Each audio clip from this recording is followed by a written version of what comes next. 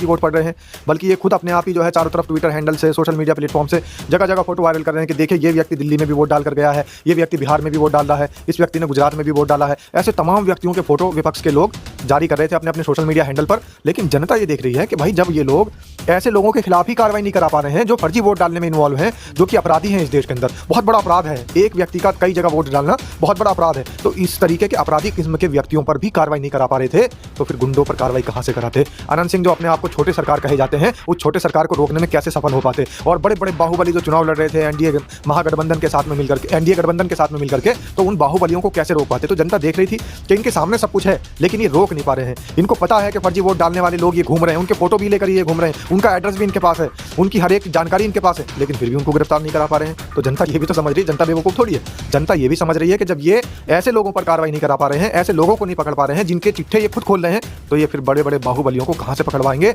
इसलिए जनता सोच रही थी कि अगर हमने बाहुबलियों को वोट ना दिया, अगर हमने एनडीए का समर्थन ना किया, तो कांग्रेस या विपक्ष की राजद पार्टी या और जो ये घटक दल हैं, ये हमें बचाने में असक्षम साबित होंगे और हम बिना स्वागत है आपका। मेरा नाम है विपिन बेबाक, मेरे साथ पत्रकार सादाब रिजवी। धन्यवाद विभाग जी।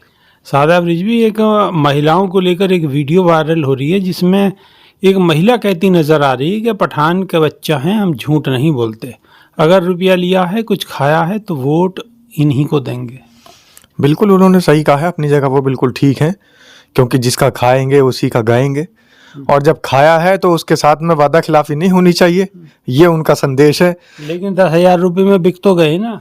अब वो 10,000 रुपये बांटने वाले लोग इसीलिए तो चाह रहे थे कि 10,000 रुपये उस टाइम बांटेंगे तो वो लोग 10,000 रुपये लेकर के वोट वहीं देंगे। तो ये तो एक सुनियोजित तरीके से पहले से ही चल रहा था। ये तो विपक्ष को देखना चाहिए था कि जिस तरीके से आचार संहिता में भी 10,000 रुपये बटे हैं, ये योजनाएं लास्ट में क्यों चली हैं? वो मुद्दे को भुनाने में असक्षम रहे, वो लोगों के बीच में ये बताने में असक्षम रहे, लोगों को ये समझाने में असक्षम रहे कि ये जो 10,000 रुपये दिए गए हैं आपका वोट खरीदने के लिए दिए गए हैं।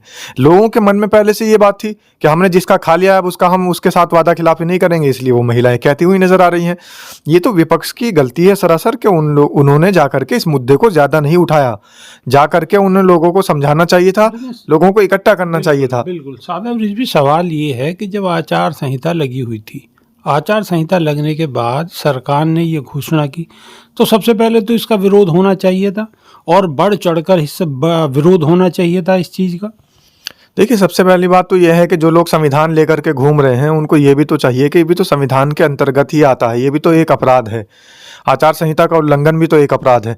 अगर वहाँ पर चुनाव आयोग सही तरीके से काम नहीं कर रहा है, या वहाँ पर कुछ प्रत्याशी ऐसे हैं कि वो पैसा बांटते हुए नजर आ रहे हैं, कुछ सामग्री बांटते हुए नजर आ रहे हैं, तो उनके खिलाफ कार्रवाई होनी चाहिए थी। और अगर कार्यवाही नहीं हो रही है तो फिर विपक्ष मजबूत नहीं है, और यही बात जनता ने भी देखी कि विपक्ष के अंदर दम नहीं है, इसीलिए उन्होंने उनका सपोर्ट नहीं किया है। बाकी कई मामले तो ऐसे हैं, एसआईआर भी इसके अंदर पूरा मायने रखता है, एसआईआर का भी अपना खुद का एक अलग वर्चस्व रहा, भाई एसआईआर की वजह से भी वोट कटे हैं। दूसरा जो वोटों के अंदर धांधली हुई है वो भी एक मायने रखता है, बहुत सारे पहलू हैं। लेकिन विपक्ष भी कहीं ना कहीं लोगों के बीच में जाकर के, जनता के बीच में जाकर के ये विश्वास नहीं जता पाया कि हम मजबूत हैं सत्ताधारी पार्टी के लोगों से, और हम आपके साथ में जो अन्याय हो रहा है इसकी आवाज़ बनेंगे। ये पूरा एक तरीके से नदारद रहा। मुद्दे तो रहे, नौकरी देने के भी वादे किए गए कि हम नौकरी देंगे, हम बेरोजगारी दूर करेंगे, महंगाई दूर करेंगे, ये सारे वादे तो थे, लेकिन एक विश्वास नहीं जमा पाए जनता के बीच में कि जो आप लोगों के बीच में पैसा बांटने वाले लोग आए हैं, ये जो आपको बहकाने वाले लोग आए हैं, ये सिर्फ आपका कुछ समय के लिए इस्तेमाल करेंगे, फिर आपका 5 साल तक हनन होता रहेगा। ये सारी बातें समझाने के लिए विपक्ष बिल्कुल भी कहीं से कहीं तक भी नजर नहीं आया, और हमेशा वो अपनी उपलब्धियां गिनवाते हुए नजर आए। सत्ताधारी पार्टियों के जो हथकंडे थे उनकी पोल खोलते नजर नहीं आए। हालांकि एक जाने जाते हैं कि वो हाइड्रोजन बम भी फोड़ रहे थे, एक एच फाइल करके प्रेस कॉन्फ्रेंस भी कर रहे थे, लेकिन दूसरे प्रदेशों के बारे में बात कर रहे थे जहां पर सांप निकल चुका है, लकीर को पीट रहे थे। अब जहां पर सांप नहीं निकला है वहां आप देखिए कि यहां पर कैसे घेरा जाए सांप को, लेकिन वो उन प्रदेशों की बात कर रहे थे जहां से सांप निकल चुका है और वहां मात्र लकीर बची है, उस लकीर को पीटने का काम कर रहे थे। अगर हाइड्रोजन बम फोड़ना था, अगर आपको एच फाइल प्रेस कॉन्फ्रेंस करनी थी, आपको सत्ताधारी पार्टी पर हमलावर होना था, तो जहां पर चुनाव है वहां के मुद्दे निकाल करके लाने चाहिए थे। हाइड्रोजन बम आप हरियाणा का बाद में भी फोड़ सकते हैं। वो सोच रहे थे कि हरियाणा का हाइड्रोजन बम फोड़ेंगे तो बिहार तक उसकी धमक आएगी, लेकिन ऐसा नहीं है। हाइड्रोजन बम जब आपने हरियाणा में फोड़ा तो वो हरियाणा के अंदर ही धमक उसकी रही, और आपके पार्टी के लोग, विपक्ष के लोग हरियाणा भी वहां पर नाकाम रहे। सरकार बचाने में, तो लोगों को बल्कि इसका जो है ना उल्टा असर पड़ा कि ये लोग ना हरियाणा में बचा पा रहे हैं, ना ये महाराष्ट्र में बचा पा रहे हैं, ना गुजरात में बचा पा रहे हैं, जब ये अपने वर्चस्व की लड़ाई नहीं लड़ पा रहे हैं, जब ये लोगों अपनी जो है सत्ताधारी पार्टी के हाथों अपने वोट बैंक को नहीं सुधार पा रहे हैं, संभाल पा रहे हैं, तो ये लोगों की रक्षा कैसे करेंगे? जब ये अपने ही नेताओं की जो वोट उनके खिलाफ पड़ रहे हैं, वो जीत रहे हैं, वहां पर उनके वोट काटे जा रहे हैं, जो इनके प्रत्याशी है मैदान में उतरे हुए हैं, तो उन प्रत्याशियों के खिलाफ जाकर के फर्जी वोट पड़ रहे हैं।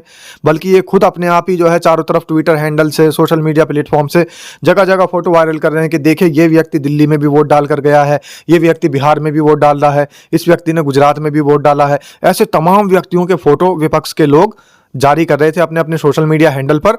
लेकिन जनता ये देख रही है कि भाई जब ये लोग ऐसे लोगों के खिलाफ ही कार्रवाई नहीं करा पा रहे हैं जो फर्जी वोट डालने में इन्वॉल्व हैं, जो कि अपराधी हैं इस देश के अंदर, बहुत बड़ा अपराध है एक व्यक्ति का कई जगह वोट डालना, बहुत बड़ा अपराध है। तो इस तरीके के अपराधी किस्म के व्यक्तियों पर भी कार्रवाई नहीं करा पा रहे थे, तो फिर गुंडों पर कार्रवाई कहां से कराते?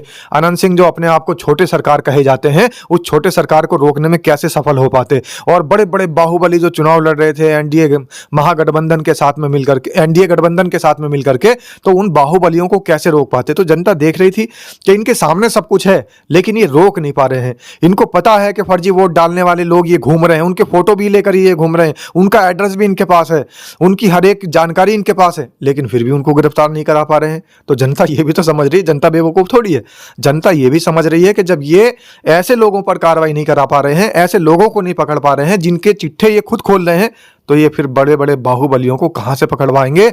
इसलिए जनता सोच रही थी कि अगर हमने बाहुबलियों को वोट ना दिया, अगर हमने एनडीए का समर्थन ना किया, तो कांग्रेस या विपक्ष की राजद पार्टी या और जो ये घटक दल हैं, ये हमें बचाने में असक्षम साबित होंगे और हम बिना बात के ही मारे जाएंगे।